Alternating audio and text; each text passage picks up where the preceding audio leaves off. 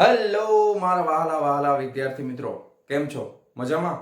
મારું નામ છે ફાલ્ગુન આદ્રોજા, હું રાજકોટથી છું અને તમે જોઈ રહ્યા છો ફિઝિક્સ વિથ ફાલ્ગુન સર. અને વહાલા વિદ્યાર્થી મિત્રો, અત્યારે આપણે જોઈ રહ્યા છીએ ધોરણ 11 ફિઝિક્સ ચેપ્ટર નંબર 4 સમતલમાં ગતિ, કે જેની અંદર છેલ્લા લેક્ચરની અંદર આપણે ટોપિક જે સ્ટાર્ટ કરેલો હતો એનું નામ પણ હતું સમતલમાં ગતિ. અને એમાં આપણે શું શું વસ્તુ, કઈ કઈ વસ્તુઓ જોયેલી હતી? તો આપણે જોયું હતું સ્થાન સદિશ, સ્થાનાંતર અને વેગ. અને આજે આપણે શરૂ કરવા જઈ રહ્યા છીએ એના પછીનો ટોપિક, એની અંદર જ સમતલમાં ગતિમાં જ પ્રવેગ વિશે માહિતી મેળવવાની છે. તો પ્રવેગ વિશે આપણને શું ખબર છે? તો કે પ્રવેગ આપણને ખબર છે બે પ્રકારના હોય. એમાં સૌથી પહેલો પ્રકાર શું છે? તો કે સૌથી પહેલો પ્રકાર છે સરેરાશ પ્રવેગ. તો સરેરાશ પ્રવેગ એટલે શું થાય? તો કે અહીંયા આગળ આપણે સમતલમાં ગતિની વાત કરીએ છીએ તો xy સમતલમાં ધારો કે કોઈ કણ ગતિમાં છે. કયા સમતલમાં? xy સમતલમાં કોઈ કણ ગતિમાં હોય તો તેમાં થતા ફેરફાર, તેના વેગમાં થતો ફેરફાર, ધારો કે કોઈ કણ xy સમતલમાં ગતિ કરે છે તો તેના વેગમાં થતો ફેરફાર તથા તે ફેરફાર માટે લાગતા વેગમાં થતો ફેરફાર તથા તે ફેરફાર માટે લાગતા સમયગાળાના ગુણોત્તરને સરેરાશ પ્રવેગ કહે છે. બરાબર? આને સરેરાશ પ્રવેગ કહેવાય. દાખલા તરીકે કોઈ એક આપણે આકૃતિ દ્વારા જેને સમજવાનો પ્રયત્ન કરીએ. ધારો કે આપણે xy સમતલમાં ગતિમાન પદાર્થ છે. ધારો કે આ xy સમતલ છે, એમાં કોઈ પદાર્થ છે એ ગતિ કરી રહ્યો છે. બરાબર? એનો ગતિપથ આપણે રેડ પેન થી હું બતાવું છું. આ એનો ગતિપથ છે. ઓકે, ધારો કે બે અલગ અલગ લોકેશન ઉપર બે અલગ અલગ બિંદુઓ આપણે લઈ લઈએ. ધારો કે અહીંયા છે બિંદુ P અને અહીંયા છે બિંદુ P ડેશ. ઓકે, હવે એ ગતિપથ જે છે એ કઈ દિશામાં ગતિ કરે છે? તો કે આ એરો આ દિશામાં ભાઈ ગતિ કરી રહ્યા છે, એટલે P થી P ડેશ તરફ જઈ રહ્યા છે. તો P બિંદુ પાસે ધારો કે એનો વેગ છે, બરાબર, તો એને દોરેલા સ્પર્શકની દિશામાં હશે. તો આ P બિંદુ પાસે એનો વેગ છે v અને P ડેશ બિંદુ પાસે એનો જે વેગ છે, ધારો કે e વેગ જે છે એ અહીંયા એને દોરેલા સ્પર્શકની દિશામાં હશે, આમ. ઓકે, તો આ જે વેગ છે એ છે v ડેશ. ઓકે, અને આ બે વેગમાં થતો ફેરફાર એટલે શું થાય? તો કે v ડેશ માઈનસ v થશે. તો વેગમાં થતો ફેરફાર અને કણને P થી P ડેશ સુધી પહોંચવા માટે લાગતો સમયગાળો, ધારો કે ડેલ્ટા t જેટલો સમય લાગે છે. કેટલો સમય લાગે છે? ડેલ્ટા t જેટલો સમય લાગે છે. તો ડેલ્ટા v એટલે કે v ડેશ માઈનસ v થઈ ગયું. બરાબર? અને છેદમાં શું આવે? તો કે ડેલ્ટા t. એને શું કહેવાય? તો કે સરેરાશ પ્રવેગ કહેવાય. હવે એક ખાસ બીજી વસ્તુ આપણે ધ્યાનમાં લઈએ. ધારો કે અહીંયા આગળ જે સરેરાશ પ્રવેગ છે તો એને સંજ્ઞા કઈ રીતે આપવી? તો સરેરાશ પ્રવેગ તમને ખબર છે, પ્રવેગ સદિશ રાશિ છે એટલે એની ઉપર તીર આવશે. સરેરાશ છે એટલે તમે આમ કરી શકો, પહેલા મેં તમને સમજાવેલું છે. અથવા તમે એ ઉપર લીટી કરી નાખો તો પણ એ તમને શું આપશે? સરેરાશ પ્રવેગ જ આપશે. હવે ટેક્સ્ટ બુકમાં ઘાટો એ કરેલો છે, એનો મતલબ એમ થાય એ ઉપર સદિશ નથી આ સંજ્ઞા વાપરી કે નથી એ ઉપર લીટી, તો તમને ખરેખર ન ખબર પડે કે તાત્ક્ષણિક પ્રવેગની વાત હાલી રહી છે કે સરેરાશ પ્રવેગની વાત હાલી રહી છે. તો તમારે સરેરાશ પ્રવેગ માટે ઉપર લીટી કરી દેવાની અથવા આ સંજ્ઞા વાપરવાની, તો આપણને ખ્યાલ આવે કે ખરેખર આપણે સરેરાશ પ્રવેગની વાત કરી રહ્યા છીએ. તો વ્યાખ્યા પ્રમાણે આગળ વધીએ તો સરેરાશ પ્રવેગ શું છે? તો કે વેગમાં થતો ફેરફાર એટલે ડેલ્ટા v. વેગ કેવી રાશિ છે? તો કે સદિશ એટલે ઉપર, સદિશની નિશાની ના છેદમાં ડેલ્ટા t. હવે આ ઉપર છે સદિશ રાશિ એટલે અહીંયા સદિશ લખી નાખીએ. ડેલ્ટા t એટલે કેવી રાશિ છે? તો કે અદિશ રાશિ, જેની કોઈ દિશા હોતી નથી. આટલી વસ્તુ ક્લિયર? ચાલો, હવે અહીંયા વેગમાં થતો ફેરફાર છે તો વેગમાં ફેરફાર થાય છે તો એના પણ બે ઘટકો આપણને ખબર છે ને, કે વેગમાં x માં પણ ફેરફાર થાય, x ઘટકમાં ફેરફાર થઈ શકે અને એના y ઘટકમાં ફેરફાર થઈ શકે. આ બધું આપણે લાસ્ટ લેક્ચરમાં જોઈ લીધું છે. એટલે ડેલ્ટા v ને હું આ રીતે લખી શકું, delta v x i cap વત્તા delta v y j cap. બરાબર? બે ઘટકો છે, ના છેદમાં શું આવી જશે? તો કે ડેલ્ટા t આવી જશે. ઓકે, હવે આ ડેલ્ટા t છે એ બેના ભાગાકારમાં તમે લઈ શકો એટલે ડેલ્ટા vx ના છેદમાં ડેલ્ટા t અહીંયા i કેપ વત્તા ડેલ્ટા vy ના છેદમાં ડેલ્ટા t અહીંયા આવશે j કેપ. ઓકે, હવે અહીંયા ડેલ્ટા vx ના છેદમાં ડેલ્ટા t એટલે શું આવે? તો કે પ્રવેગ જે છે સરેરાશ પ્રવેગ. આ તમને પ્રવેગ મળી ગયો. પણ આ તમને સરેરાશ પ્રવેગ મળશે x દિશાનો, એટલે x દિશાનો સરેરાશ પ્રવેગ અહીંયા મળશે, y દિશાનો વેગમાં ફેરફાર છે એટલે y દિશાનો સરેરાશ પ્રવેગ અહીંયા મળશે. એટલે આને હું લખી શકું છું ax i cap વત્તા આને હું લખી શકું છું ay j cap. ax એટલે x દિશાનો સરેરાશ પ્રવેગ, ay એટલે y દિશાનો સરેરાશ પ્રવેગ. ઓકે, આટલી વસ્તુ સમજાઈ ગઈ. તો આ રીતે આપણને સરેરાશ પ્રવેગ મળશે. ક્લિયર છે આટલી વસ્તુ? ઓકે, તો જગ્યા નથી હવે. તો હવે મારે તમને સમજાવવું છે તાત્ક્ષણિક પ્રવેગ. તાત્ક્ષણિક પ્રવેગ. તો તાત્ક્ષણિક પ્રવેગ એટલે શું થાય? તો કે અહીંયા આગળ જે સમયગાળો છે, દાખલા તરીકે કોણ p થી p' સુધી જાય છે, તો એના માટે લાગતો સમયગાળો છે ધારો કે ડેલ્ટા t છે. હવે આ સમયગાળામાં ફેરફાર કરતા જઈએ આપણે અને નાનો કરતા જઈએ. ડેલ્ટા t ને હું જેમ બને એમ નાનો કરતો જઈશ. એટલે આ બિંદુ છે p', પહેલું બિંદુ તો અહીંયા છે શરૂઆતનું, p' છે એક અહીંયા આવશે, અહીંયા આવશે, અહીંયા આવશે, ઘટાડતા ઘટાડતા સાવ નજીક આવતું જશે અને આપણને એનું જે સીમાંત મૂલ્ય મળે. ઘણીવાર છોકરાઓ સીમાંત મૂલ્ય, સીમાંત એટલે શું કે? સીમાંત એટલે જ્યાં સીમા પૂરી થઈ જાય, સીમા મરી જાય એને સીમાંત કહેવાય. સીમાંત એટલે સમજવાનું limit delta t tends to 0. તો સરેરાશ પ્રવેગના સીમાંત મૂલ્યને તાત્ક્ષણિક પ્રવેગ કહે છે. સરેરાશ પ્રવેગના સીમાંત મૂલ્યને તાત્ક્ષણિક પ્રવેગ કહે છે. એટલે કે સમયગાળો જે છે એ શૂન્યવત બનાવતા જાઓ, એટલે કે limit delta t tends to 0 મૂકીએ તો એ સીમાંત મૂલ્ય કહેવાય. અને એને જ શું કહેવામાં આવે છે? ખાલી પ્રવેગ કહો તો પણ ચાલશે, અથવા તાત્ક્ષણિક પ્રવેગ કહો તો પણ ચાલશે, અથવા તત્કાલીન પ્રવેગ કહેશું તો પણ ચાલશે. ક્લિયર છે? તો એ હવે આપણે સમજવાનું છે. તો આ મારે પૂછવું પડશે. તો વિડિયો પોઝ કરી અને આટલી વસ્તુ નોટ ડાઉન કરો અને હવે આપણે જોવાના છીએ તાત્ક્ષણિક પ્રવેગ. ચાલો આ જવા દઉં છું, હો, તમારે લખી લેજો. ચાલો ચાલો વિદ્યાર્થી મિત્રો, હવે આપણે તાત્ક્ષણિક પ્રવેગ વિશે માહિતી મેળવશું. તાત્ક્ષણિક પ્રવેગ એટલે શું થાય? તો કે સરેરાશ પ્રવેગને જો શૂન્યવત સમયગાળા તરફ લઈ જવામાં આવે, એટલે કે સમયમાં થતો ફેરફાર છે એ શૂન્ય તરફ, શૂન્યની નજીક લઈ જવામાં આવે તો મળતા સરેરાશ પ્રવેગના સીમાંત મૂલ્યને તાત્ક્ષણિક પ્રવેગ કહે છે. એટલે ultimately limit delta t tends to 0 મૂકી દો એટલે તાત્ક્ષણિક પ્રવેગ આપણને મળે. સૌથી પહેલા એને આકૃતિની મદદથી સમજીએ. તો આકૃતિની મદદથી હમણાં મેં તમને સમજાવ્યું એ જ વસ્તુ આપણે ફટાફટ અહીંયા જોઈ લઈએ, પાછું રિવાઇઝ કરી લઈએ. દાખલા તરીકે આ x અક્ષ છે, આ y અક્ષ છે. સોરી. હવે કોઈ પદાર્થનો જે ગતિપથ છે એ ગતિપથ હું હવે ખાસ આ રીતે બનાવું ધારો કે.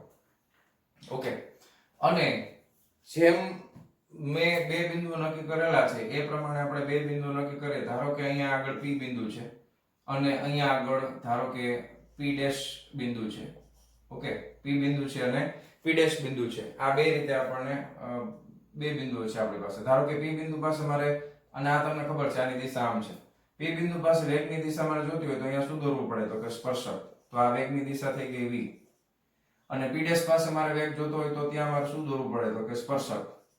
તો આ શું થઈ ગઈ? તો કે v' ની દિશા થઈ ગઈ. હવે આ બે માટે વેગમાં થતો ફેરફાર અને એનો સમયગાળો આ ડેલ્ટા t છે. ધારો કે આ બે વચ્ચેનો સમયગાળો અત્યારે ડેલ્ટા t છે. હવે મારે પ્રવેગ જોતો હોય આના માટે અત્યારે તો મને સરેરાશ પ્રવેગ મળશે. તો વેગમાં થતો ફેરફાર, તો v' અને v નો પરિણામી વેગ મને કઈ રીતે મળે? તો એના માટે આપણે સદિશના સરવાળાની ત્રિકોણની રીત આપણને ખબર છે. તો એ રીતની મદદથી મને સરેરાશ વેગ જે છે, સોરી, વેગમાં થતો ફેરફાર છે એ મને મળી જશે. તો બરાબર એ કઈ રીતે મળે? તો કે દાખલા તરીકે એક v આ રીતે છે. ઓકે, એટલે આ મેં દોર્યું v અને એની પૂંછડી સાથે આ v' છે. તો આ v' છે એને અહીંયાથી દોરવાનું. તો આ થઈ ગયું v'. ઓકે, હવે આ બેને જ્યારે આ બેને જોડવામાં આવે આ રીતે, તો આ દિશામાં સમજો બરોબર, અહીંયાથી આમ, એટલે આ જે છે ઈ મને v માં થતો ફેરફાર બતાવે છે. તો આ મારા પ્રવેગની દિશા થશે. આ શું થશે? તો કે આ સરેરાશ પ્રવેગની દિશા થશે. એટલે એ બાર આપણે કરી નાખીએ. આ શું થઈ જવાની છે? સરેરાશ પ્રવેગની દિશા થઈ જશે. ક્લિયર છે? તો આ રીતે તમને સમજાવેલું છે. 4 આકૃતિ અલગ અલગ આપેલી છે. 4 આકૃતિ તમને આપેલી છે. હવે એ બધી આકૃતિ હું ના દોરું તો લગભગ ચાલશે, લગભગ તમને સમજાઈ જશે. હવે તમને ખબર છે કે દાખલા તરીકે p અને p' લીધું છે, તો અહીંયા p1 લઈ લો, અહીંયા p2 લઈ લો, બરાબર છે. અહીંયા p2 લઈશ તો અહીંયા આગળ વેગ આ તો એમનેમ જ રહેશે. અહીંયા વેગની દિશા છે એ આના સ્પર્શકની દિશામાં, એટલે આમ થઈ જશે. પછી એક બિંદુ અહીંયા લઈ લો તો અહીંયા વેગની દિશા છે એ અહીંયા દોરેલા સ્પર્શકની દિશામાં, એટલે આમ થઈ જશે. તો તમને અલગ અલગ વેગના મૂલ્ય v' ના મૂલ્ય જુદા જુદા મળે છે. તો પ્રવેગની દિશા પણ થોડી થોડી બદલાતી હશે, માઇનોર, જે થોડો ઘણો આમાં તમને દિશાનો ચેન્જ દેખાય છે એટલે એટલો ફેરફાર થતો હશે. બધાયમાં તમને પ્રવેગ થોડો થોડો અલગ અલગ દિશામાં જોવા મળશે. બરાબર, ક્લિયર છે આટલી વસ્તુ. અને ફાઇનલી તમે જ્યારે સમયગાળો શૂન્યવત કરો છો, ફાઇનલી જ્યારે આપણે સમયગાળો છે એને શૂન્યવત કરી નાખીએ તો શું થાય? તો કે તો એકદમ સિમ્પલ તમે સમજી શકો કે શૂન્યવત કરી નાખો એટલે હવે ખાલી વેગમાં થતો ફેરફાર છે એને તમારે કેવી રીતે દર્શાવવો પડે? તો કે હવે માત્ર P બિંદુ પાસેનું જ આવે, P' બિંદુ તો નીકળી જશે. બરાબર, તો અહીંયા વેગની દિશા છે અને દોરેલા સ્પર્શકની દિશામાં આ મળી જશે આપણને. તો પ્રવેગનો ફેરફાર છે ઈ જો શૂન્યવત લેવામાં આવે અહીંયા આગળ તો તમને ફાઇનલી આ રીતનો ડાયાગ્રામ મળે છે. ધ્યાનથી સમજો, આ વેગમાં થતો ફેરફાર છે શૂન્યવત સમયગાળા માટે. ઓકે, એટલે આ સીધે સીધી v જ હું લખી શકું. અને પ્રવેગ જે છે ને ઈ તમને આકૃતિમાં આ રીતે બતાવેલો છે. ઓકે, હવે આ કઈ રીતે બે એકબીજાની વિરુદ્ધ દિશામાં થઈ ગયા જો. બરાબર, હવે ખાલી હું પ્રવેગ આમ નામ કરું એટલે આનો મતલબ એમ કે આ તાત્ક્ષણિક પ્રવેગ છે. ઉપર મેં 12 ની નિશાની નથી કરેલી, તો આ સરેરાશ પ્રવેગ હતો. આ કેવો પ્રવેગ છે? તાત્ક્ષણિક પ્રવેગ. બાકીની વચ્ચેની ત્રણ આકૃતિ મેં આમાં એકમાં જ સમાવી લીધી છે, ટાઈમ ન બગડે એટલા માટે. અને બાકી અહીંયા જે મળે છે આ તાત્ક્ષણિક પ્રવેગ મળે છે. ક્યારે મળે છે? જ્યારે limit delta t tends to શું મૂકીએ? 0 મૂકીએ ત્યારે. તો તમે જુઓ કે વેગની દિશા, વેગમાં થતા ફેરફારની દિશા આમ છે અને પ્રવેગ છે એની વિરુદ્ધ, એટલે કે એને ઓલમોસ્ટ લંબ જેવી દિશામાં છે. તો એવું કઈ રીતે શક્ય બને એ બધી જ ચર્ચા આપણે ડિટેલમાં આગળ કરવાના છે. હમણાં સમજાવું તમને. પહેલા આપણે આનું ગાણિતિક સ્ટેપ પૂરા કરી નાખીએ, તાત્ક્ષણિક પ્રયોગ મેળવવાના, પછી આગળ વધીએ. બરાબર, તો આ બે આ ડાયાગ્રામ જવા દો ફટાફટ. ચાલો જવા દઉં છું. તો હવે આપણે તાત્ક્ષણિક પ્રયોગ જે છે એ કઈ રીતે ગાણિતિક સ્ટેપ દ્વારા સમજવો તો એ સમજવાનો પ્રયત્ન કરીએ. આપણે તાત્ક્ષણિક પ્રયોગને ગાણિતિક સ્ટેપ દ્વારા સમજવાનો પ્રયત્ન કરીએ. ચાલો, તો સૌથી પહેલા મારી પાસે સરેરાશ પ્રવેગ જે છે એ મારે સૂત્ર લખવું પડે. સરેરાશ પ્રવેગ એટલે ડેલ્ટા v ના છેદમાં ડેલ્ટા t. હવે તમને ખબર છે હવે હું શું કરવાનો છું? તો કે આ v ના બે ઘટકો આપણી પાસે હતા. ઓકે, કયા કયા હતા? તો કે ડેલ્ટા vx i કેપ ના છેદમાં delta t plus delta vy j cap ના છેદમાં ડેલ્ટા t. તો આ હજી મેં સરેરાશ પ્રવેગ એટલે લખ્યો છે. પણ હવે હું શું કરવાનો છું? તો કે સીમાંત મૂલ્ય એટલે limit delta t tends to 0. સમયગાળામાં થતો ફેરફાર હું કેવો કરી નાખીશ? શૂન્યવત કરી નાખીશ. એટલે આ પ્રવેગ છે એ કેમાં ફરી જશે? તો કે તાત્ક્ષણિક પ્રવેગમાં ફરી જશે. તાત્ક્ષણિક પ્રવેગમાં ફેરવવા માટે મેં શું કર્યું? તો કે limit delta t tends to 0.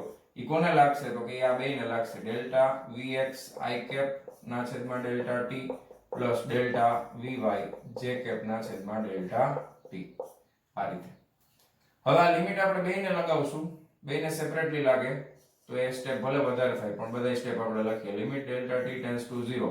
અહીંયા ડેલ્ટા vx i કેપ ના છેદમાં ડેલ્ટા t પ્લસ આને પણ લિમિટ લાગશે. Limit delta t tends to 0 delta vy ના છેદમાં ડેલ્ટા t અને અહીંયા આવશે j કેપ. ઓકે, આટલી વસ્તુ ખબર પડી. ચાલો, હવે અહીંયા લિમિટ આવી ગઈ એટલે ડેલ્ટા ની જગ્યા કોણ લઈ લેશે? કોણ રિપ્લેસ કરી દેશે? Small d. ડેલ્ટા ની જગ્યા શું આવી જાય વિકલનમાં? Small d. તો d vx ના છેદમાં dt આ i કેપ પ્લસ આ d vy ના છેદમાં dt આ શું આવી જશે? j cap. ઓકે, આટલી વસ્તુ ખબર પડી ગઈ. હવે આ dvx dt એટલે શું છે? તો કે પ્રવેગ છે. કેવો? તો કે તાત્ક્ષણિક. કઈ દિશાનો? તો કે x દિશાનો. x દિશાનો તાત્ક્ષણિક પ્રવેગ દર્શાવે છે આ dvx dt. અને આ y દિશાનો તાત્ક્ષણિક પ્રવેગ દર્શાવે છે. કઈ દિશાનો? y દિશાનો. તો આ થઈ જશે ax i કેપ પ્લસ આ થઈ જશે ay j કેપ. રેડી છે? કોઈ વાંધો નથી? હવે આના પછી છે ને આના ઉપરથી હજી એક સ્ટેપ તમે યાદ રાખો, ખૂબ કામનું છે, ખૂબ અગત્યનું છે. ધારો કે મેં આ લખવાને બદલે આ vx છે એને હું આમ લખી શકું કે નહીં? ધ્યાનથી જોજો. vx બરાબર dx dt લખાય કે ન લખાય? આ તાત્ક્ષણિક વેગ છે. તો તાત્ક્ષણિક વેગ એટલે x માં થતો ફેરફાર, x માં સ્થાન x માં થતા ફેરફારનો સમય દર. એટલે vx બરાબર લખી શકાય dx by dt અને vy બરાબર શું લખી શકાય? તો કે vy બરાબર લખી શકાય dy by dt. શું લખી શકાય? તો કે dy by dt. તો હવે અહીંયા જ્યારે હું dvx by dt લખું છું તો આને હું આમ લખું તો dvx by dt બરાબર હું d ના છેદમાં dt એમ નામ રાખું. vx ની જગ્યાએ હું શું લખી નાખું? તો કે dx ના છેદમાં dt. તો જો અહીંયા વિકલન અંદર એની બહાર પાછું વિકલન એટલે વિકલન કેટલી વાર થયું? તો કે 2 વાર થયું. તો આ ખાસ યાદ રાખજો. કોઈ એક વસ્તુ હોય, ભૌતિક વસ્તુ, દાખલા તરીકે x એટલે સ્થાન દર્શાવે છે ને, તો સ્થાનનું તમે 2 વખત વિકલન કરો છો. કેટલી વખત કરો છો? 2 વખત. તો ઉપર જે છે ને d નો સ્ક્વેર થઈ જશે x ના છેદમાં સમયનો વર્ગ નીચે છે એટલે dt સ્ક્વેર આવશે. ખાસ યાદ રાખજો. કોનો વર્ગ કરવાનો? અહીંયા dx નો વર્ગ ન કરી નખાય. કોનો વર્ગ થાય? d નો. તો d square x by dt square આવી રીતે એને વચાય. કેવી રીતે વચાય? d square x by dt square, d square x by dt square. એવી રીતે ધારો કે આપણે y નું કરી નાખીએ તો dvy ના છેદમાં dt બરાબર d ના છેદમાં dt. અહીંયા થઈ જશે dy ના છેદમાં dt. તો આ શું લખાય? d square y by dt square. કેવી રીતે લખાય? d square y by dt square. d નો સ્ક્વેર ઉપર, t નો સ્ક્વેર નીચે. d નો સ્ક્વેર ઉપર, t નો સ્ક્વેર નીચે. આ રીતે તમે એને લખી શકો છો. તો અહીંયા આગળ આપણે કર્યું છે શું? સ્થાનનું સમયની સાપેક્ષે 2 વખત વિકલન કર્યું છે. શું કર્યું છે? સ્થાનનું સમયની સાપેક્ષે 2 વખત વિકલન કર્યું છે. સ્થાનનું સમયની સાપેક્ષે પહેલી વખત વિકલન કરીએ તો શું મળે છે? વેગ મળે છે. બરાબર. તો તમે એને આ રીતે પણ લખી શકો છો. તો d2x by dt સ્ક્વેર એટલે ખરેખર શું છે? તો કે ax છે. તો તમે આ જે છે એ તાત્ક્ષણિક પ્રવેગ મળે છે x દિશાનો અને આ જે મળે છે એ તાત્ક્ષણિક પ્રવેગ મળે છે y દિશાનો. ક્લિયર છે? તો તમે ax બરાબર આમ પણ લખી શકો, ay બરાબર આ રીતે પણ લખી શકો છો. તો એ દાખલા ગણવા માટે આપણને કામમાં આવશે આ 2 વસ્તુ. ઓકે, તો એ વસ્તુ પણ તમારે સાથે સાથે યાદ રાખવાની છે. ક્લિયર છે? હવે ખાસ અગત્યની વસ્તુ સમજવાની છે આપણે. આ મેથેમેટિકલ સ્ટેપ વિડિયો પોસ્ટ કરીને લખી નાખો. આમાં સ્ટેપમાં બહુ કંઈ ખાસ એવું નથી આપણે, કારણ કે વેગમાં જે કરેલું છે એ જ વસ્તુ અહીંયા કરી છે. પછી થિયરીમાં મેં તમને જે સમજાવેલું છે એ જ હું તમને કહું કે ડેલ્ટા t1 સમયગાળો છે, જેમાં આપણે કેમ બિંદુ નજીક નજીક લીધા, તો ડેલ્ટા t1 સમયગાળો સૌથી મોટો, પછી ડેલ્ટા t2 છે એ નાનો, પછી ડેલ્ટા t3 છે એના કરતા પણ નાનો. બરાબર. એ રીતે મેં જે આકૃતિ હમણાં બનાવી હતી ને એ જ વસ્તુ તમે એમાં રીડ કરી શકશો ટેક્સ્ટ બુકમાં. હું અહીંયા વિડિયો પૂરો કરું તમે જેવો જોઈ લો એટલે એકવાર ટેક્સ્ટ બુકમાંથી એકવાર રીડ કરી લેવાનું એટલે તમને એકદમ પાકું થઈ જશે. બરાબર. કોઈ જાતનો તમને કઈ ડાઉટ રહેશે નહીં. ક્લિયર છે આટલી વસ્તુ? કોઈ વાંધો, ડાઉટ નથી ને? ચાલો. તો આ રીતે આપણને શું મળે છે? તાત્ક્ષણિક પ્રવેગ મળી જશે. આ રીતે આપણને મળી જશે તાત્ક્ષણિક પ્રવેગ. હવે એક ખાસ અગત્યની વસ્તુ ધ્યાનમાં રાખવાની છે. તમે વિડિયો પોઝ કરીને લખી લો. ચાલો હવે જવા દઉં છું. ચાલો હવે એક ખાસ બહુ અગત્યની વસ્તુ આપણે નોટ ડાઉન કરી કે જો હમણાં જે આકૃતિ દોરી હતી ને એમાં આપણે શું જોયું કે વેગની દિશા અને પ્રવેગની દિશા બે જુદી જુદી આવી. આપણે જ્યારે આપણે સુરેખ પથ ઉપર ગતિ જોયું હતું ત્યારે વેગની દિશા અને પ્રવેગની દિશા અલગ અલગ હોય એવું આપણને જનરલી જોવા મળ્યું નથી. તો હવે એને ખાસ ધ્યાનથી સમજો. પ્રવેગ માટે આપણે 3 વસ્તુ મેં તમને કીધી હતી સુરેખ પથ પર ગતિ વખતે. પ્રવેગમાં 3 રીતે ફેરફાર કરી શકાય. પ્રવેગમાં પેલો કઈ રીતે ફેરફાર કરી શકાય? તો કે માત્ર મૂલ્યમાં ફેરફાર કરવાથી. બરાબર છે?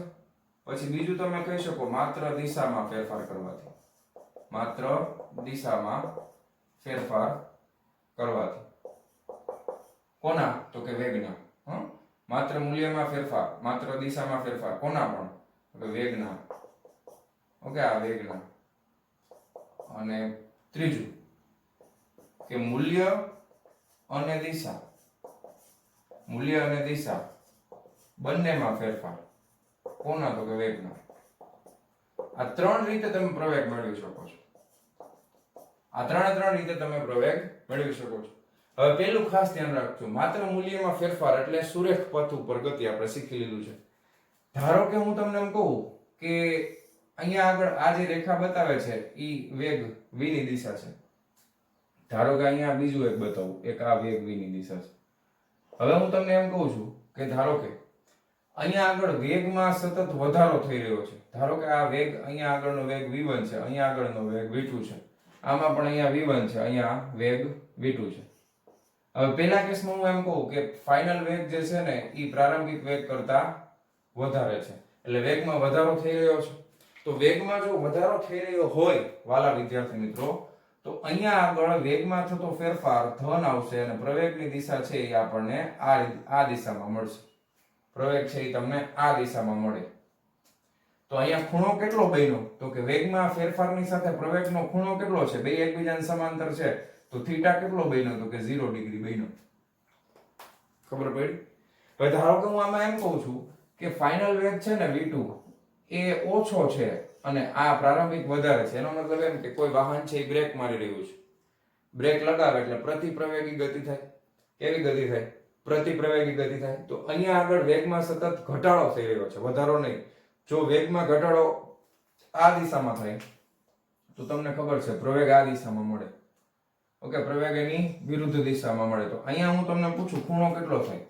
તો ખૂણો કેટલો થશે? અહીંયા બે એકબીજાની વિરુદ્ધ દિશામાં છે એટલે 180 ડિગ્રી થાય. તો સુરેખ પથ ઉપર ગતિમાં બે જ શક્યતાઓ છે. કાં તો પ્રવેગ છે એ વેગમાં થતા ફેરફારને સમાંતર હોય અથવા પ્રતિ સમાંતર હોય. સમાંતર હોય અથવા પ્રતિ સમાંતર. સમાંતર એટલે બેયના તીર એક જ દિશામાં, પ્રતિ સમાંતર એટલે તીર વિરુદ્ધ દિશામાં. સમાંતર હશે તો ખૂણો 0 ડિગ્રી હોય, પ્રતિ સમાંતર હોય તો ખૂણો 180 ડિગ્રી હોય.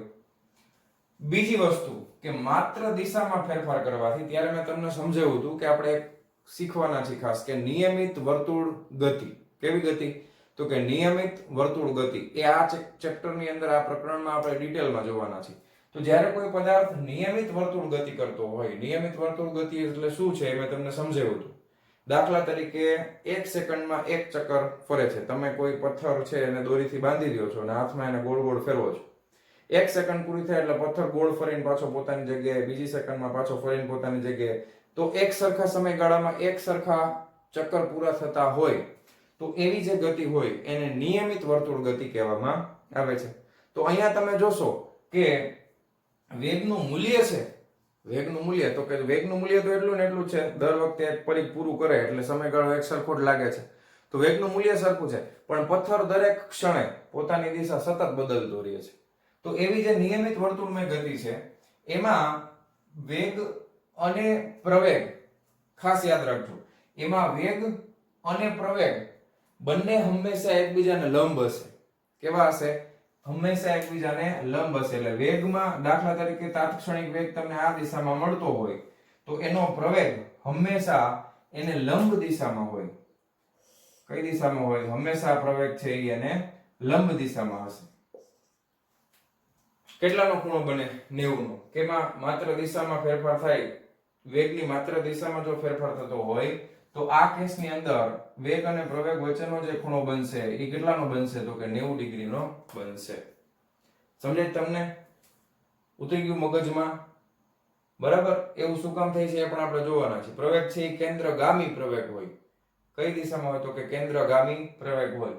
તો એટલા માટે એવું થાય. કેન્દ્રગામી અથવા કેન્દ્ર ત્યાગી બે વસ્તુ આવશે. તો ખાસ યાદ રાખવાનું, જ્યારે નિયમિત વર્તુળમય ગતિ કોઈ પદાર્થ કરતો હોય ત્યારે હંમેશા એના વેગની સાપેક્ષેનો પ્રવેગ એને લંબ જ હશે. કઈ દિશામાં હશે? એને લંબ દિશામાં હશે. એ ત્યારે આપણે ડિટેલમાં પાછા નિયમિત વર્તુળમય ગતિમાં જોવાના છે. હવે જો દાખલા તરીકે મૂલ્ય અને દિશા બંનેમાં ફેરફાર થતા હોય, એનો મતલબ એમ છે કે ધારો કે વેગ આ દિશામાં છે તો પ્રવેગ છે એ કોઈ નિશ્ચિત દિશામાં ન હોય. પ્રવેગ છે દાખલા તરીકે કોઈ આ રીતે, કોઈ 0 થી લઈ અને 180 ની વચ્ચે કોઈ પણ જગ્યાએ હશે. પ્રવેગ જે છે એ પ્રવેગ અને વેગ બંને વચ્ચેનો ખૂણો 0 ડિગ્રી થી 180 ની વચ્ચેનો કોઈ ખૂણો હોય તો તમને પ્રવેગના બે ઘટકો મળે. તો તમને પ્રવેગના બે ઘટકો મળે. એક પ્રવેગનો ઘટક તમને v ને સમાંતર મળે, એટલે આ જે છે એ સમાંતર ઘટક છે પ્રવેગનો, અને એક ઘટક છે એ તમને v ને લંબ ઘટક મળશે, એટલે આ જે ઘટક છે એ લંબની નિશાની આ ઊંધો t. તો એ પ્રવેગનો તમને લંબ ઘટક મળી શકે. બે લીટી એટલે સમાંતર. આ સમાંતર પ્રવેગની નિશાની છે. તો પ્રવેગ જો વેગની સાથે કઈક ખૂણો બનાવતો હોય તો પ્રવેગના બે ઘટકો આપણે વિચારી શકાય. એક પ્રવેગનો સમાંતર ઘટક હશે, એક પ્રવેગનો લંબ ઘટક હશે. સમાંતર ઘટક છે એને તમે આની હારે સરખાવી શકો અને લંબ ઘટક છે એને આની હારે સરખાવી શકો. એટલે મૂલ્ય અને દિશા બંનેમાં ફેરફાર. જો આકૃતિ આવી ગઈ બેયના ફેરફાર વાળી, માત્ર મૂલ્યનો ફેરફાર છે એટલે સમાંતર ઘટક મળ્યો અને દિશામાં ફેરફાર છે તો એનો લંબ ઘટક મળ્યો. ઓકે, તો આ કન્સેપ્ટ તમારે યાદ રાખવાનો છે. આવું શું કામ થાય? કારણ કે આપણે અત્યારે સમતલમાં ગતિ કરાવી રહ્યા છીએ. પદાર્થને કણને ક્યાં ગતિ કરાવી રહ્યા છીએ? સમતલમાં ગતિ કરાવી રહ્યા છીએ. તો જ્યારે કોઈ કણ સમતલમાં ગતિ કરતો હોય અને વેગમાં થતો ફેરફાર જે છે એમાં મૂલ્ય અને દિશા બંને બદલાતા હોય તો એ પ્રવેગ જે છે એ વેગની સાથે 0 થી લઈ અને 180 ના ખૂણાની વચ્ચે કોઈ પણ જગ્યાએ હોઈ શકે છે. બરાબર? ક્લિયર? ફિટ કરી દેજો મગજમાં. ઓકે, તો આટલું નોટ ડાઉન કરી લ્યો વિડિયો પોઝ કરીને અને હવે આપણે જોવાના છીએ આના ઉપર બેઝડ દાખલાઓ. ચાલો જવા દઉં છું. તમે લખી લેજો વિડિયો પોઝ કરીને. ચાલો વિદ્યાર્થી મિત્રો, હવે આપણે જોવાના છીએ ઉદાહરણ નંબર 4.4. ઓકે, કોઈ કણનું સ્થાન છે એ સદિશ રાશિ તરીકે આપણે લીધું છે. સ્થાન છે એ કઈ રીતે દર્શાવી શકાય? તો કે r સદિશ બરાબર 3.0 t I કેપ વત્તા 2.0 t સ્ક્વેર j કેપ વત્તા 5.0 k કેપ વડે અપાય છે. એનો મતલબ એમ કે આ સમીકરણમાં t આવ્યું એટલે સ્થાન છે એ કોનું વિધેય છે? તો કે સમયનું વિધેય છે. સમય બદલાઈ જાય એટલે સ્થાન બદલાઈ જાય. કેવી રીતે ખબર પડે? તો કે t ની જગ્યાએ તમે 0 1 2 3 4 ગમે એ મૂકતા જાઓ એટલે r ની કિંમત છે એ બદલાતી જશે. બરાબર? તો જ્યાં t સેકન્ડમાં આપેલો છે, સમય કેમાં આપ્યો છે? સેકન્ડમાં. સહગુણકોના એકમો એવી રીતે છે, આના સહગુણકોના જે કંઈ પણ એકમો છે એ એવી રીતે છે કે જેથી r છે એ મીટરમાં મળે છે. r કેવી રીતે મળે છે? તો કે મીટરમાં મળે છે. તો મીટર અને સેકન્ડની વાત છે. તો કણના vt, આ vt એટલે શું બતાવે છે? તાત્ક્ષણિક વેગ. પાછળ t આવી ગયો એનો મતલબ એમ કે t સમય, હું અહીંયા કૌંસમાં 5 લખી નાખું તો 5મી સેકન્ડે કણનો વેગ કેટલો? દાખલા તરીકે હું અહીંયા t ની જગ્યાએ 2 મૂકી દઉં તો બીજી સેકન્ડે કણનો વેગ કેટલો એ બતાવે છે. એટલે એ થઈ જશે તાત્ક્ષણિક વેગ તથા at એટલે તાત્ક્ષણિક પ્રવેગ અથવા ખાલી પ્રવેગ શોધો. અને બીજું કે t બરાબર 1 સેકન્ડ માટે vt નું મૂલ્ય અને દિશા શોધો. તો હવે આપણે vt અને at શોધવાના છે. તો મારી પાસે r જે મને આપેલું છે એ પાછું લખી નાખીએ કે r બરાબર 3.0 t I cap plus 2.0 t square j cap plus 5.0 k cap છે. ચાલો હવે મારે સૌથી પહેલા vt જોઈએ છે. તો vt સદિશ રાશિ છે એટલે શું લખી શકાય? dr by dt. વેગ એટલે શું થાય? તો કે સ્થાનમાં થતા ફેરફારનો સમય દર. ઓકે, એટલે સ્થાનનો ફેરફાર ના છેદમાં હવે લિમિટ લઈ લેવાની. આપણને ખબર છે કે શૂન્યવત સમય માટે છે એટલે dr by dt આપણે સીધું લખશું. આનું વિકલન કરવાનું છે તો યાદ રાખો t એક ઘાત હોય, 3 તો અચળ છે એટલે 3 બહાર નીકળી ગયો. t નું t પ્રત્યે વિકલન એટલે જવાબ આવે 1. શું જવાબ આવે? 1. અને આ I કેપ નું I કેપ તો રહેવાનું જ છે પ્લસ આ 2 એમના t સ્ક્વેર નું t પ્રત્યે વિકલન x ની n ઘાત હોય તો શું થાય? તો કે ઘાત આગળ આવે અને એક ઘાત ઓછી એટલે બગડો આગળ આવે અને એક ઘાત ઓછી એટલે 2 - 1 એટલે કેટલી થઈ જાય? એક ઘાત એટલે t ની એક ઘાત એટલે t જ લખાય. ખબર પડી? તો અહીંયા થઈ જશે j કેપ વત્તા આ 5 અચળ છે, ગુણાકારમાં t નથી, સમયનું વિધેય નથી. તો અચળનું કોઈ પણ ભૌતિક રાશિ પ્રત્યે વિકલન કરો, જવાબ શું આવે? 0. ક્લિયર છે આટલું? ઓકે, તો આપણને vt કેટલા મળશે? તો કે 3i કેપ પ્લસ 2 દુ 4t આ મેળા j કેપ. તો પહેલો જવાબ મળી ગયો આપણને. તો કોણના vt આ મળ્યું મને vt. પહેરવાની નથી, આ પહેરી ન શકાય એવી vt છે. હા, હવે at જોઈએ છે. તો at ખબર જ છે. at એટલે શું થાય? તો કે વેગનું સમય પ્રત્યે વિકલન. તો dv by dt કરશો એટલે શું મળશે? મને પ્રવેગ મળશે. તો હવે અહીંયા જુઓ, આનું મારે વિકલન કરવાનું છે. તો વિકલન કરવાનું છે તો 3 અથવા તમે આને હજી એક સ્ટેપ લખવું હોય સ્ટેપ બાય સ્ટેપ તો આને આ રીતે લખી નાખો. v ની જગ્યાએ તમે કિંમત મૂકો 3i cap plus 4t j cap આ રીતે. બસ પછી તમે આના અંદર વિકલન કરતા જાઓ. આમ પણ ચાલે. હવે અહીંયા અંદર હું નેક્સ્ટ સ્ટેપ અહીંયા લખું છું. 3 અચળ છે. t પ્રત્યે વિકલન બોલો શું આવે? 0. પ્લસ અહીંયા આગળ 4t છે, ચાર અચળ છે, બહાર કાઢી લેવાનું. t નું t ની પ્રત્યય વિકલન શું થાય? x નું x પ્રત્યય વિકલન 1 થાય, t નું t પ્રત્યય વિકલન 1 થાય. એટલે ગુણાકારમાં શું આવી જાય? તો કે 1 આવી જાય. અને જે કેપ છે એ તો રહેવાના જ છે, બરાબર. જે કેપ નું કઈ ન થાય, આ દિશા એકમ સદિશ છે એટલે આનું કઈ ન થાય, ખાલી દિશા દર્શાવે. તો આનો જવાબ શું આવ્યો? 4j cap. તો તાત્ક્ષણિક પ્રવેગ કેટલો થાય? તો કે 4j કેપ. તાત્ક્ષણિક પ્રવેગ મને કેટલો મળી ગયો? 4j cap. j કેપ એટલે શું દર્શાવે છે? તાત્ક્ષણિક પ્રવેગ y દિશામાં છે. તાત્ક્ષણિક પ્રવેગ 4. હવે એકમમાં તમને કીધું છે, જો ખાસ તમને કીધું છે કે t સેકન્ડમાં છે અને એકમ એવી રીતે સહગુણકો છે એ મીટરમાં છે. તો મારે પ્રવેગનો એકમ એ લખવું પડે ને. શું થાય? મીટર પ્રતિ સેકન્ડનો વર્ગ. શું થશે? મીટર પ્રતિ સેકન્ડનો વર્ગ. એટલે તાત્ક્ષણિક પ્રવેગ y દિશામાં છે અને મૂલ્ય છે 4 મીટર પ્રતિ સેકન્ડનો સ્ક્વેર. સમજાઈ ગયું તમને આટલું? હવે દાખલા તરીકે મેં આ લખ્યું છે તો અહીંયા મારે એકમ લખવો પડે. વેગનો એકમ શું થાય? મીટર પ્રતિ સેકન્ડ. અને અહીંયા મેં જે સ્ટેપ નથી લખ્યું એ અહીંયા લખી નાખું, જગ્યા છે એટલે. તમારે બધા સ્ટેપ લખવાના, એક પણ નહીં ખાવાનું, બરાબર. ભૂખ લાગી હોય તોય નહીં ખાવાનું, એટલે નહીં જ ખાવાનું. ઓકે. 2.0 t સ્ક્વેર આ j cap plus 5.0 k cap આ અહીંયા અંદર મૂકી, પછી 1 બાય 1 વિકલન કરતું જવાનું. ઓકે. તો આટલી વસ્તુ ખબર પડી ગઈ. તો પહેલો ભાગ અહીંયા પૂરો થઈ ગયો. બીજા ભાગની વાત કરી. બીજા ભાગમાં આપણને કીધું છે કે t બરાબર 1 સેકન્ડ માટે vt નું મૂલ્ય અને દિશા શોધો. t બરાબર 1 સેકન્ડ એટલે t બરાબર મારે અહીંયા શું મૂકવાનું? 1 સેકન્ડ મૂકવાની. t બરાબર કેટલી સેકન્ડ મૂકવાની? 1 સેકન્ડ મૂકવાની ને. તો vt નું પહેલા આપણે vt બરાબર હું પહેલા સમીકરણ લખી નાખું 3i cap plus 4t j cap. હવે અહીંયા આગળ t બરાબર કેટલા લેવાના છે? તો કે 1 સેકન્ડ લેવાના છે. તો જે સમીકરણમાં જ્યાં પણ t દેખાય ત્યાં શું મૂકવાનું? 1 મૂકવાનું. એટલે vt એટલે t ની જગ્યાએ હવે અહીંયા પણ 1 સેકન્ડ મૂકવાનું ને. તો અહીંયા બ્રેકેટમાં હું 1 લખું છું એટલે પહેલી સેકન્ડે વેગ મળશે, બરાબર. આ સદિશ છે તો પહેલી સેકન્ડનો વેગ કેટલો થશે? તો કે 3i કેપ. તો એમનામ જ રહેશે પ્લસ 4 ગુણ્યા 1 એટલે 4 થઈ ગયું j કેપ. તો આ મને મળી ગઈ. જો કિંમત મૂલ્ય નથી મળ્યું, સદિશ મળ્યું છે. હજી મારે આનું શું ગોતવાનું છે? મૂલ્ય અને દિશા બે શોધવાના છે. મૂલ્ય અને દિશા. તો મૂલ્યની વાત કરીએ તો મૂલ્ય એટલે ખાલી આપણે સદિશ v છે અને માનાંકમાં લખી નાખો અંડર રૂટ ઓફ આના બે ઘટકો મળ્યા.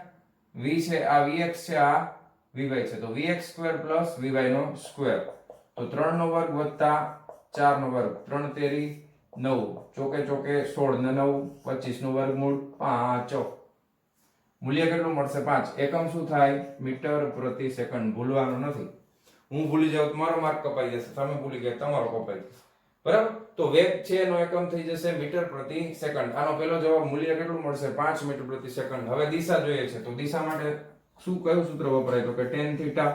tan થીટા બરાબર શું થાય? તો કે vy ના છેદમાં vx. તો vy એટલે શું છે? તો કે vy એટલે y ઘટક છે તો 4 છે. vx એટલે શું છે? તો કે x ઘટક છે. કેટલો છે? 3. આ y ઘટક કહેવાય vy, આ x ઘટક કહેવાય. અને પાછળ હોત તો એ z ઘટક હોત, જો k કેપ આપ્યું હોત તો. તો થીટા બરાબર શું મળે? તો કે થીટા બરાબર મળે tan ઇન્વર્સ 4 ના છેદમાં 3. એટલે આ થઈ જશે tan ઇન્વર્સ 4 ના છેદમાં 3 કરો એટલે 3 એકુ 3, 1 વધ્યું 3 તેરી 9. તો 1.33 આવે છે tan ઇન્વર્સ. હવે એની કિંમત તમારે ગોતવી પડશે લોગ ટેબલમાં જોઈને, tan ના ટેબલમાં જોઈને. તો એ તમને મળશે 53 ડિગ્રી. થીટા કેટલો મળે છે? 53 ડિગ્રી મળશે. રેડી? તો આ મળી ગયો ખૂણો, આ મળી ગયું મૂલ્ય. કેટલા સેકન્ડ, કયા સમય માટે? કે t બરાબર 1 સેકન્ડ માટે. ક્લિયર છે? ઓકે, કઈ પ્રોબ્લેમ નથી ને? ઓકે, ચાલો તો ફટાફટ નોટ ડાઉન કરી લ્યો વિડિયો પોઝ કરીને. અને હવે એકાદ દાખલો આપણે જોશું પ્રેક્ટિસ માટેનો. ચાલો વિડિયો પોઝ કરીને લખી લેજો, હું જવા દઉં છું. ચાલો વિદ્યાર્થી મિત્રો, એક પ્રેક્ટિસ કરી લઈએ આપણે. કોઈ કણનો સ્થાન સદિશ સમયના વિધેય તરીકે નીચેના સૂત્ર વડે અપાય છે. આ સ્થાન સદિશ આપણને આપેલો છે એટલે આપણે અહીંયા દાખલા તરીકે જવાબ લખીએ છીએ. તો સ્થાન સદિશ ફરી પાછો લખી નાખીએ. b સદિશ t1 - આલ્ફા t, જ્યાં b સદિશ એ અચળ સદિશ છે. અચળ સદિશમાં ખબર પડે. દાખલા તરીકે હું કહું કે 5 મીટર પ્રતિ સેકન્ડના અચળ વેગથી કોઈ પદાર્થ ઉત્તર દિશામાં જાય છે તો વેગ છે એ સમયની સાથે ક્યારેય બદલાતો નથી અને ઉત્તર દિશા ફિક્સ થઈ ગઈ. તો અચળ સદિશ આવી ગયો. તો એ રીતે કોઈ પણ સદિશ છે ધારો કે અને આલ્ફા એ કોઈ ધન સંખ્યા છે, આલ્ફા છે એ કેવી સંખ્યા છે તો કે ધન સંખ્યા છે, તો તે કણનો વેગ અને પ્રવેગને સમયના વિધેય સ્વરૂપે મળવો. તો વેગ અને પ્રવેગ મેળવવાનો છે પહેલી વસ્તુ, અને બીજું કોઈ એક બિંદુથી શરૂ કરીને ત્યાં જ પાછા આવવા માટે કણને લાગતો સમય શોધો. તો પહેલા આપણે વેગ ને પ્રવેગ સમયના વિધેય તરીકે લેવા છે, તો આપણે શું કરવું પડે? સમયના વિધેય તરીકે જોઈએ છે તો વિકલન કરવું પડે. તો વેગ માટે લેશું આપણે વેગ v બરાબર dr ના છેદમાં dt. dr ના છેદમાં dt એટલે d ના છેદમાં dt. r એટલે કેટલા છે? b સદિશ * t અને કૌંસમાં 1 - alpha t. બરાબર, આ રીતે છે. તો આને પહેલા અંદર ગુણાકાર કરી નાખી તો d ના છેદમાં dt આ થઈ જશે b સદિશ * t અને માઈનસ આ b સદિશ બરાબર alpha t * t એટલે t નો વર્ગ થઈ ગયો. સમજાણું? આ અંદર ગુણાકાર કર્યો છે, 1 ની r અને પછી alpha t r. ઓકે, હવે આનું વિકલન કરવાનું છે સમયની સાપેક્ષે. એટલે આ b સદિશ છે એ અચળ છે એટલે એમ નામ રહેશે. t નું t પ્રત્યય વિકલન 1 થાય. આ માઈનસ b અચળ છે, આલ્ફા અચળ છે, t² નું t પ્રત્યય વિકલન કરો, ઘાત આગળ આવે, એક ઘાત ઓછી થાય એટલે 2t થઈ જશે. એટલે આ થઈ જશે b સદિશ minus 2b alpha t. Okay, તો આ મને મળી ગયો છે વેગ. હવે મારે જોઈએ છે પ્રવેગ. તો પ્રવેગ માટે શું કરવાનું? તો કે પ્રવેગ જે છે તો એ પ્રવેગ એટલે મારે કરી નખાય dv/dt. શું કરી નખાય? વેગનું સમય પ્રત્યે વિકલન. તો આનું વિકલન કરવાનું છે, ધ્યાન આપજો. d ના છેદમાં dt શું છે અહીંયા? સદિશ b માઈનસ 2 સદિશ b આલ્ફા અને t. ઓકે, હવે આ b સદિશ તો અચળ છે તો એનું સમય પ્રત્યે વિકલન થાય 0 માઈનસ અહીંયાથી શું આ બહાર આવી જશે તો કે 2b આલ્ફા. t નું t પ્રત્યે વિકલન, કારણ કે 2 અચળ, b અચળ, આલ્ફા અચળ, તો આ થઈ ગયું 2b આલ્ફા. t નું t પ્રત્યે વિકલન 1 થાય એટલે આનો જવાબ આવશે -2b આલ્ફા. તો આ મને મળી જશે પ્રવેગ. ખબર પડી? તો પ્રવેગ જો અહીંયા ઋણ આવે છે, જો આલ્ફા કોઈ ધન સંખ્યા હોય અને i ધન હોય, ધારો કે મૂલ્ય ધન હોય અને એ જ દિશામાં જતું હોય તો આપણને એનો જવાબ છે પ્રવેગનો ઋણ મળે. ક્લિયર છે? આટલી વસ્તુ સમજમાં આવી ગઈ? ચાલો, તો પહેલા પ્રશ્નનો જવાબ આપણને મળી ગયો છે. અહીંયા આગળ બીજો પ્રશ્ન શું છે? બહુ સરસ પ્રશ્ન પૂછ્યો છે, તમે ધ્યાનથી સમજજો. કે કોઈ એક બિંદુથી શરૂ કરીને ત્યાં જ પાછા આવવા માટે કણને લાગતો સમય શોધો. તમે વિચારો કે કોઈ કણ ગતિની શરૂઆત કરે અને ફરી પાછો ગતિ કરીને પાછો પોતાની જગ્યાએ આવી જાય તો સ્થાનાંતર કેટલું થાય? 0 થાય. શું થાય? 0. અહીંયા જે તમને આપેલું છે આ શું આપેલું છે? સ્થાનાંતર. તો આનું મૂલ્ય 0 થવું જોઈએ. આનું મૂલ્ય શું થવું જોઈએ? 0. તો આનું મૂલ્ય 0 ક્યારે થાય? વાલા વિદ્યાર્થી મિત્રો, ધ્યાનથી સમજજો. સ્થાનાંતર કરીને પાછો પોતાની જગ્યાએ આવે ત્યારે એનું સ્થાનાંતર 0 થાય. દાખલા તરીકે હું તમને એમ કહું, કોઈ પદાર્થ છે એ આમ ગોળાકાર માર્ગે ગતિ કરે છે આમ. હવે જો અહીંયાથી ગતિની શરૂઆત કરી, અહીંયા એનું સ્થાન મેં કોઈ સંદર્ભ બિંદુની સાપેક્ષે બતાવ્યું છે, તો અહીંયાથી ફરી પાછો અહીંયા આવે તો એનું સ્થાનાંતર 0 થાય. તો પેલું તમને એમ કીધું સમયની શરૂઆત કરે, તો સમયની શરૂઆત કરે એટલે t બરાબર 0 હોય ત્યારે સ્થાનાંતર જેટલું થતું હોય એટલું જ સ્થાનાંતર પાછું જ્યારે ફરીને આવે ત્યારે થવું જોઈએ. તો પહેલા આપણે સમીકરણમાં t બરાબર 0 મૂકી દઈએ, કારણ કે ગતિની શરૂઆત કરે છે ત્યારે સ્થાન શું છે એ જોવું પડે ને આપણે. ગતિની શરૂઆત એટલે t બરાબર 0 સમયથી ગતિની શરૂઆત કરે છે, તો ગતિની શરૂઆતમાં એનું સ્થાન કેટલું છે? તો કે t બરાબર 0 મૂકી દો એટલે આ 0 થઈ ગયું, અને અહીંયા t 0 મૂકી દો એટલે આ ગતિની શરૂઆતમાં r બરાબર કેટલું થઈ જાય છે? 0. t બરાબર 0 સમયે r બરાબર કેટલું થવું જોઈએ? 0. હવે ખાસ ધ્યાનથી સમજજો કે ફરીને પાછો ઈ જગ્યાએ આવે, ફરીને પાછો ઈ જ જગ્યાએ આવે છે. t બરાબર 0 થી શરૂ કરી ફરીને પાછો ઈ જ જગ્યાએ આવે તો સ્થાનનું મૂલ્ય જે t બરાબર 0 સમય હતું એટલું જ આવવું જોઈએ ને, કે સ્થાન બદલાઈ જાય? નો બદલાય ને.